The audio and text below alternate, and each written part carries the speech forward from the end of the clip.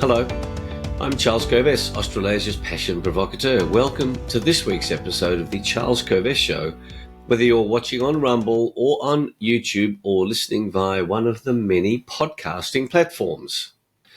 This is the place for you to be inspired to live a life of passion that is guided by your self-awareness of who you are and who you want to be. Passion is a source of unlimited energy from your soul, your spirit, your heart that enables you to produce extraordinary results. Most people aren't passionate. When you are passionate, you are above ordinary. You can produce extraordinary results. One of my favorite quotes, greatness can only be achieved through passion. So let's get into today's topic, which is centered around the 4th of July, America's celebration of its Declaration of Independence on 4 July 1776. Now, Julie and I started a group called FOAM some 4 years ago during the attacks on our freedoms. FOAM stands for Fighters Opposing Autocratic Maniacs. If you want to come to these meetings, which happen on Friday nights, Melbourne time, and there is a recording so you don't have to be there live, it's a Zoom meeting every Friday evening, and Fighters Opposing Autocratic Maniacs is all about the ongoing need for us to fight for truth, ethics, justice, freedom, and true health.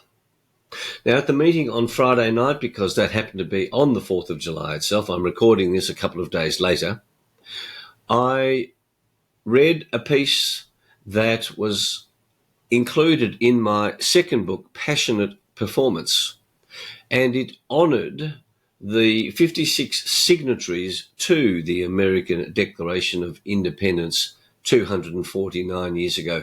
And I want to play that recording now. So I want to read a piece to you that is in this book. This was published in 2000, so 26 years ago. And it goes like this. This is a message of mastery that I can't remember where I got this in a changing world, but this was back 26 years ago when the book was published. Please immerse yourself in these words because they're very relevant to what FOAM is about. After the Continental Congress on July 2, 1776, 249 years ago, after the Continental Congress on July 2, 1776, voted to declare independence and set in motion those events Americans celebrate on 4 July each year, John Adams wrote an inspirational letter to his wife Abigail that pointed to the potential and the cost of radical change. He wrote, "The Declaration of Independence ought to be commemorated as the day of deliverance by solemn acts of devotion to God Almighty. It ought to be solemnized with pomp, shows, games, sports, guns, bells, bonfires, and illuminations from one end of the continent to the other, from this time forward forever. You will think me transported with enthusiasm, but I am not. I am well aware of the toil and blood and treasure that it will cost us to maintain this declaration and support and defend these states. Yet through all the gloom, I can see the rays of light and glory. I can see that the end is more than worth all the means, and that posterity will triumph." End of letter. The comment goes on. I didn't write this. I took this from the internet 25 years ago. "The cost for those change agents was high. 5 signatories were captured by the British as traitors and tortured before they died. 12 had their homes ransacked and burned. 2 lost their sons serving in the Revolutionary Army. Another had 2 sons captured. 9 of the 56 fought and died from wounds or hardships of the Revolutionary War. They signed, there were 56 signatories, you'll recall. They signed and they pledged their lives, their fortunes, and their sacred honour. They had the vision, the values, and the resolve to see their change through. And I added the comment, Americans continue to honour them. That's the 56. Can we learn from them? What values guide your changes? What costs are you willing to pay? What assets will you invest? Do you have the enthusiasm for the destination to sustain the journey to get there? Thankfully, they did. 56 signed them. Every one of them were deemed to be traitors by the UK government. As you heard, if they were caught, they were tortured and killed. And I honour 4th of July. I think it's a very important lesson in what we do here at Foam, which is to understand the values that guide you. We're fighters opposing autocratic maniacs. And the question is, are you, and I've raised it many times, are you willing to suffer for what you believe? If you are not, then you don't actually believe it. And you know, whilst you can get caught up in certain behaviours of Americans, the courage and the commitment of those 56 signatories to that original Declaration of Independence are profoundly inspiring. I think about them every time on the 4th of July. And to that end, because today is the day of American independence, I've asked Julie to get a special song going, which just sends shivers up my spine when I see it. It's the most amazing rendition. Go, Julie. So, the piece that I asked Julie to then play as a piece of music was Whitney Houston at the Super Bowl singing the most extraordinary rendition of the Star Spangled Banner. Amazing singing, amazing singer. Sad that her life ended early. So many great stars in the arts seem to die early, don't they? Now, what's the link between the American Declaration of Independence and your self-awareness? Well, I want to ask you the question, what is there that you value more than your life? What would you give your life for?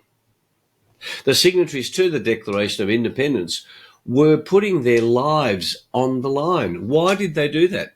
What were the values that guided them? That's what I talked about in the piece that I read out at the phone meeting that you just saw the recording of. What do you value? Going deep inside you to understand what it is that you value is the only way that you can work out what you value. What is of value to you? What do you think is important for your unique life, your weird life? You are a weirdo. No one's got your body. There's 8.25 billion unique bodies on the planet, and there's 8.25 unique sets of thinking on the planet. What do you value? It is often difficult to work these values out and to put them into some sort of order. My top two are integrity, number one, health, number two. Why would health come ahead of love?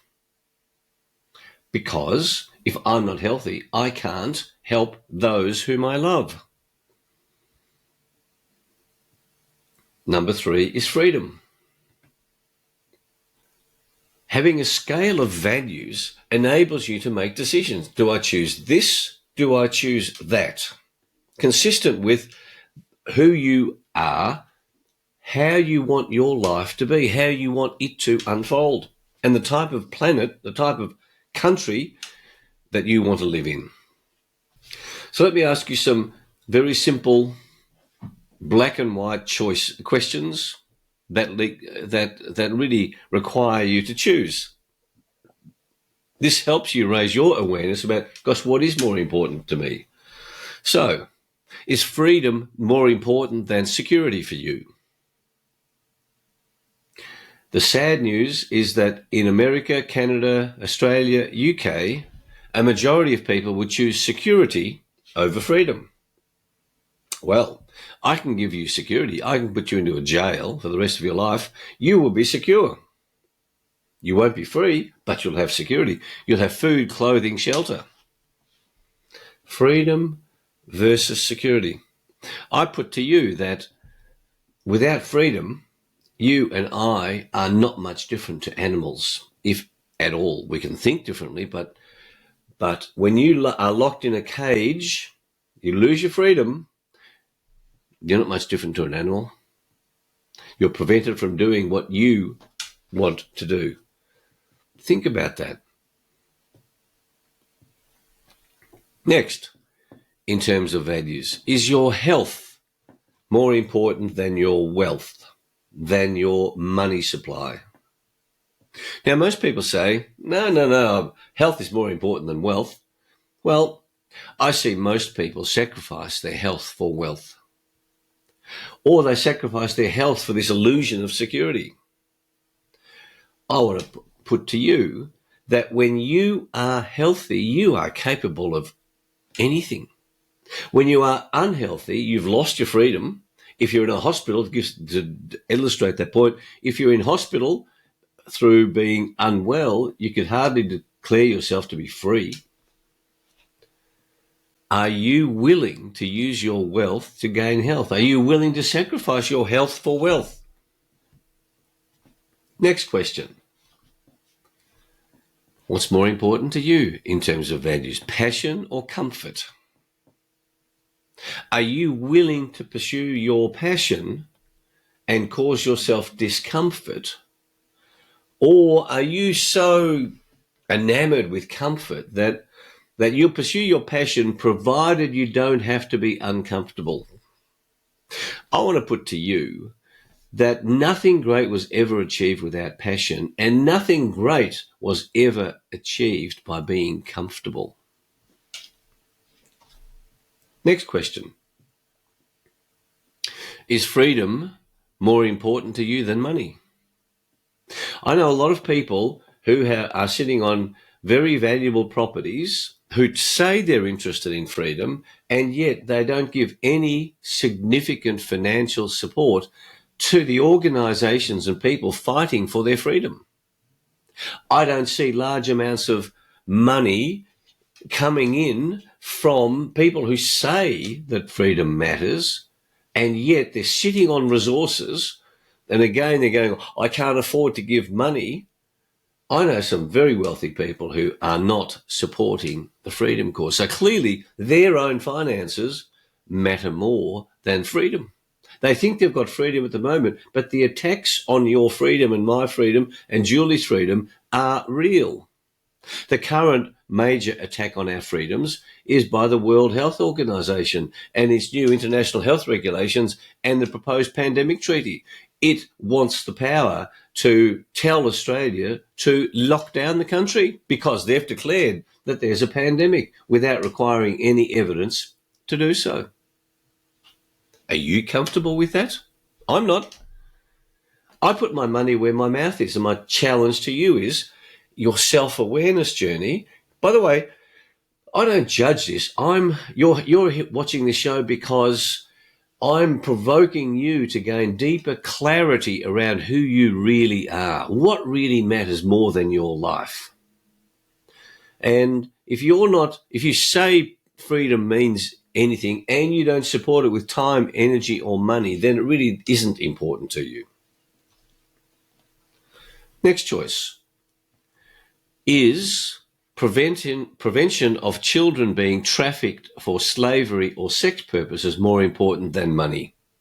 Similar situation, there are people with money, and I'm involved with Button Heart Bear, and I'll put the link into the chat where you can buy a Button Heart Bear that is part of the Forever Freedom movement to rescue children from being trafficked for slavery or sex purposes. And there's millions each year being so trafficked.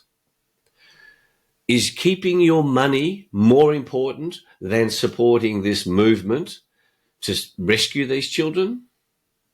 That's my question to you. I know I hate children being trafficked. I don't want to pay any attention to it. Well, Button Heart Bear gives you a way to support the fight against trafficking of children, then it's only going to cost you a few dollars. And if you don't know about it, well, now you know about it. But secondly, there are organisations like the Mekong Club, like Destiny Rescue, but the Forever Freedom Movement with Buttonheart, that are designed to give the resources to people who are on the ground rescuing children. What's more important, your current financial position or supporting those children? Because the children ask, and you can ask Matt Friedman, the founder of the Mekong Club, the children ask, well, why didn't you come after me? The traffickers, they've got their problems, but there are people who do nothing to rescue us. So my message is buy a bear. It's a tiny amount of money, but think about why you are squirreling away money through fear. And that's the point about passion. You've heard me say it many times. When you are passionate, fear doesn't drive your decisions. The opposite of fear drives your decisions. Love. What do you love? What moves you? What are you passionate about? What are you enthusiastic about? What do you think is important?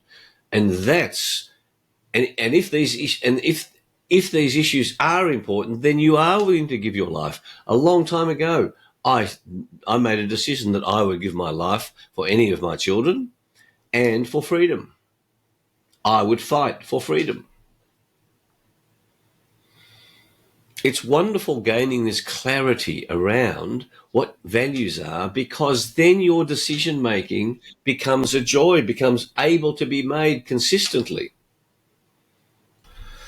So, 4th of July, I honour the 56 signatories. For them, the freedom and independence of America, as the Star-Spangled Banner says, the land of the brave and the home of the free back in America's founding, they were willing to give their lives and all of their wealth for the future freedom and independence of America. And it's been an extraordinary ride for that country.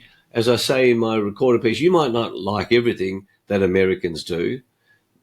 That's, of course, nothing that other people do is 100% approved of by you. But when you look at the extraordinary achievements of that nation, when you look at the number of people that want to go to America and want to come to Australia, you start to look at the people who fought for that. That's why knowing what you would give your life for gives meaning to your life. Now, before I finish, I have a couple of health tips. The first is I had a reminder today of recent studies on fluoride in your drinking water. Have a look at how much fluoride is going into your body. This is a warning. Don't put fluoride, which is a poison, into your body. Julie has done the research. There is very little research that shows fluoride in your water is improving dental health. But dentists believe that that's the truth. The data doesn't support that. So why are we poisoning ourselves? Second health tip. I was with Professor Ian Brighthope today at a meeting of the World of Wellness. Its website is wowintl.org. It's a new health system, and I've been supporting Ian and the board in spreading the word about WOW. He was talking today generally, reporting on the ACNAM conference, the Australasian College of Nutritional and Environmental Medicine. And Ian shared this beautiful line. He said, all disease is caused by one of two things, or a mixture of these two things. One is a deficiency of nutrients, or two, a surplus of toxins. Okay, so you're either short of nutrients or you've got too many toxins in your body. And that ties into something I learned in 1965 that regular viewers would know of, that the number one cause of disease that I learned from Lawrence Armstrong, a wonderful Melbourne naturopath, one of only two at the time in Melbourne, is that the number one cause of disease is constipation. And that means your body's not eliminating. Most people often say you are what you eat, but it's more accurate to say you are what you don't eliminate. And that ties into what Ian was saying today, that if you have a disease, it's either toxins are too high or your nutrients are too low. It's a lovely way to think about your health. So that's it. I hope today's show makes a big difference in your life on your journey of working out how you want your life to be. If you're new to the show, check the links to our websites and also for the foundational principles of the show and further background about me. There's a lot of resources on the two sites, covest.com and charlescovest.com. Please subscribe to the show if you're not a subscriber and share it with your friends and work colleagues. It won't cost you anything except the risk of greater passion, greater awareness, and a greater enjoyment of your life. So enjoy the next week coming up. Thank you for watching. Thank you for listening. I'll be back with you next week. Bye for now.